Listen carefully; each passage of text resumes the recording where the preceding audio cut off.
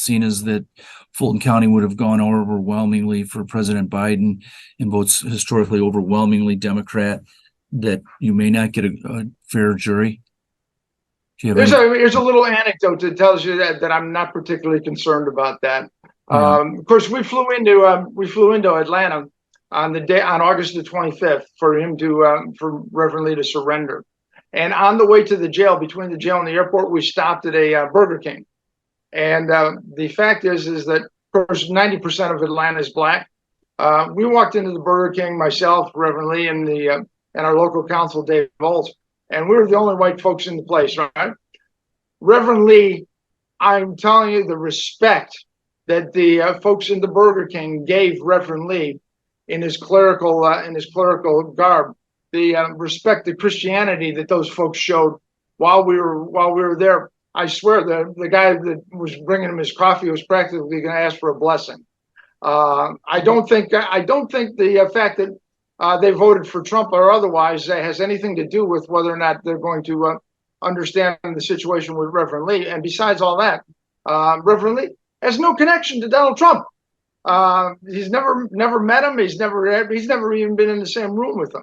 So I'm going to assure you, having tried 100 juries myself, that this case will wind up being about President Trump, whether he wants it to be or not, and that's going to be the theme. That's going to be a battle. Yeah. Well, look at Fulton County. They indicted Reverend Martin Luther King Jr. Martin Luther King Jr. was constantly persecuted.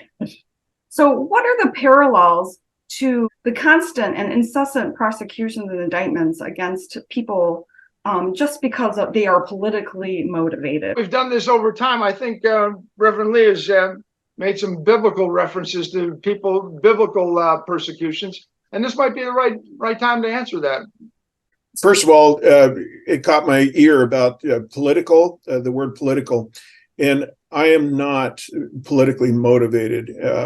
Obviously, we all have our politics, but in terms of the way that I've always worked, I view my professional involvement as principled, not political. It has to be. And so I observe the ethics as well as the law of whether I used to be in law enforcement or as a pastor.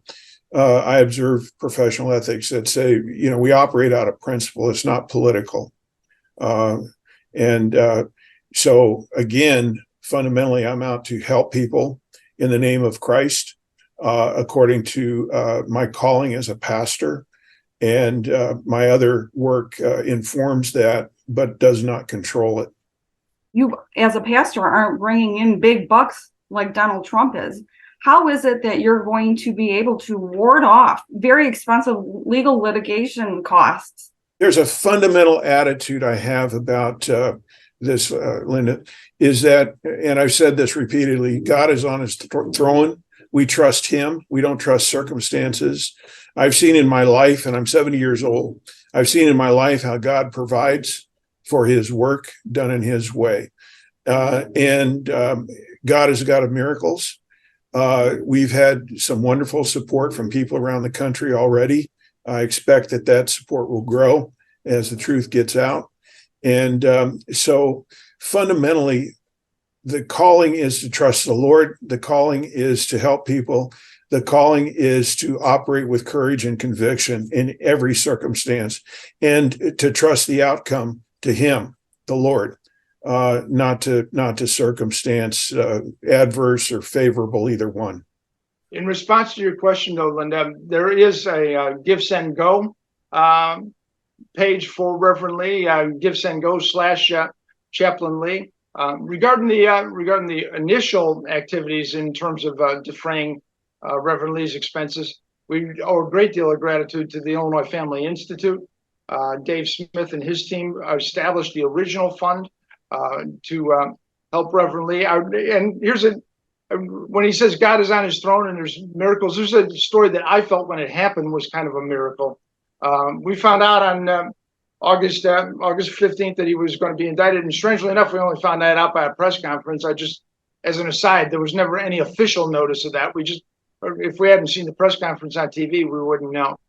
But come they gave a deadline of turning yourself in on August 25th, and they had a meeting with prosecutors. We had a meeting with prosecutors on 3 days earlier, on the 22nd of August. And during the course of the meeting, they went through the conditions of bond. And at the end, they said the bond for Reverend Lee was going to be $75,000, or 10% of that, $7,500. And I told the folks, the prosecutors, I said, it's a ministry. He doesn't even own his home, and he doesn't have $7,500. I said, if he doesn't have it, I said, well, if he doesn't have it, he'll be going to jail. And if he doesn't show up by Friday at noon, we'll send out a fugitive warranty for him. So that's on Tuesday. The Illinois Family Institute had started their fund for Pastor Lee on Monday.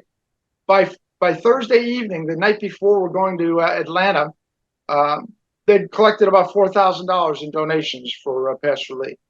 That evening, I was on a podcast with Silk of Diamond and Silk fame, and she, I was telling her the story, and I said, here's the situation. It looks like come tomorrow afternoon. This is on Thursday the 24th. Come tomorrow afternoon. It appears as though Reverend Lee is going to be in custody in the Fulton County Jail.